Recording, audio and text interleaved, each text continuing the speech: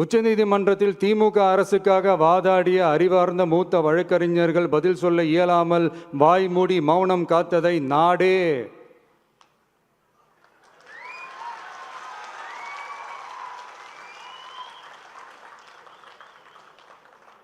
பார்த்ததல்லவா? இதையும் முதல்வர் அவர்கள் மறந்துட்டாரா?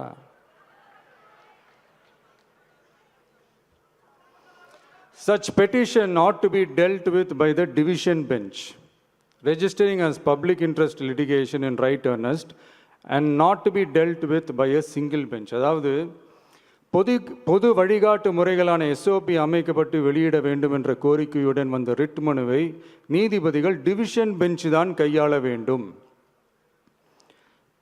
தனி நீதிபதி பெஞ்ச் கையாளக்கூடாது என்றும் உச்சநீதிமன்றம் சொன்னதல்லவா? அது மட்டுமா, கோரிக்கையே இல்லாமல் எஸ்ஐடி அமைக்கப்பட்டது எந்த வகையில் சரி என்றும் கேள்வி எழுப்பியது உச்சநீதிமன்றம்.